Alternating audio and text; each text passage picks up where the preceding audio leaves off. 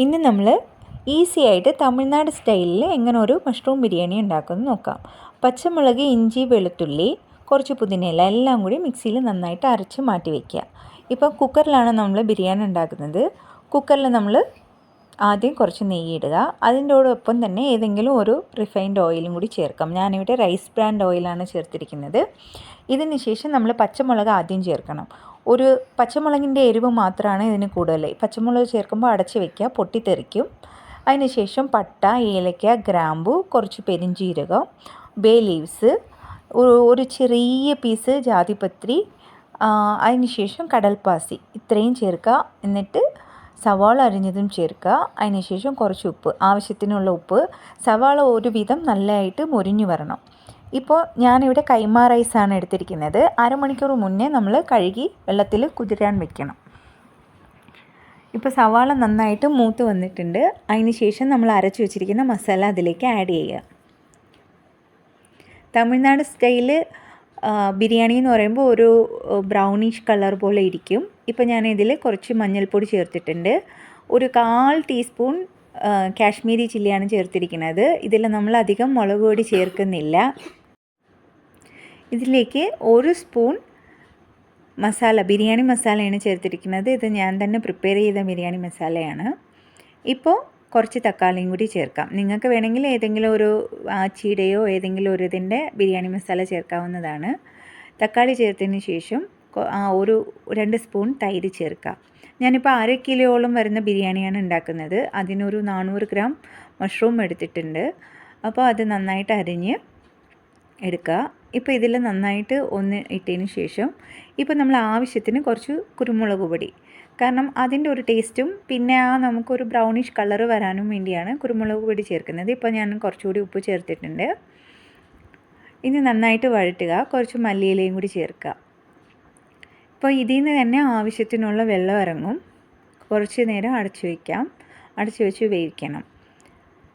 Mushroom ഒരുവിധം വെന്തൊക്കെ വന്നതിന് ശേഷം മാത്രമാണ് നമ്മളിനി റൈസ് ചേർക്കുന്നത്. ഇപ്പോൾ ആവശ്യത്തിനുള്ള വെള്ളമൊക്കെ ഇറങ്ങിയിട്ടുണ്ട്. ഇപ്പോൾ നമ്മൾ കഴുകി വെച്ചിരിക്കുന്ന റൈസ് ചേർക്കാം.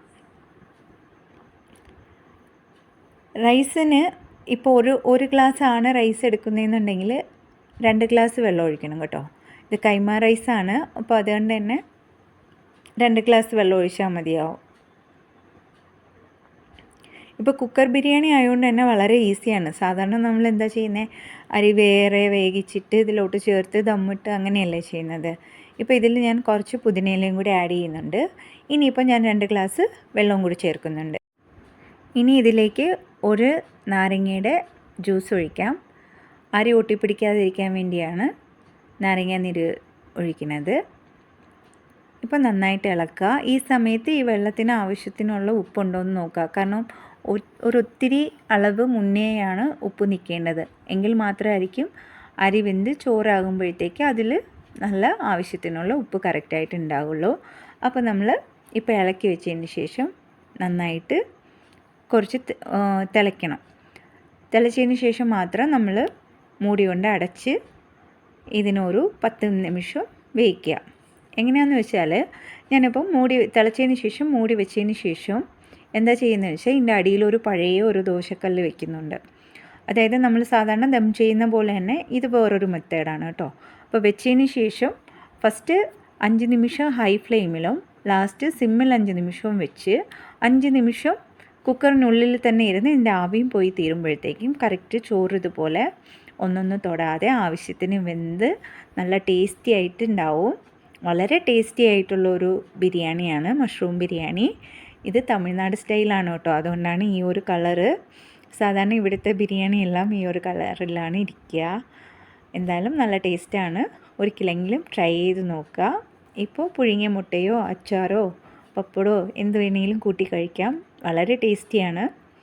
അപ്പോൾ എല്ലാവരും ട്രൈ ചെയ്ത് നോക്കണം. ചാനൽ സബ്സ്ക്രൈബ് ചെയ്യാത്തവർ സബ്സ്ക്രൈബ് ചെയ്ത് സപ്പോർട്ട് ചെയ്യുക. വീഡിയോ ഇഷ്ടമായാൽ ഫ്രണ്ട്സിനും ഫാമിലിക്കും ഷെയർ ചെയ്യുക. നിങ്ങളുടെ വിലയേറിയ അഭിപ്രായങ്ങൾ കമൻറ്റായി രേഖപ്പെടുത്തുക. Thank you. ഇനി ഒരു പുതിയ റെസിപ്പിയായിട്ട് കാണുവരേക്കും ബൈ ബൈ.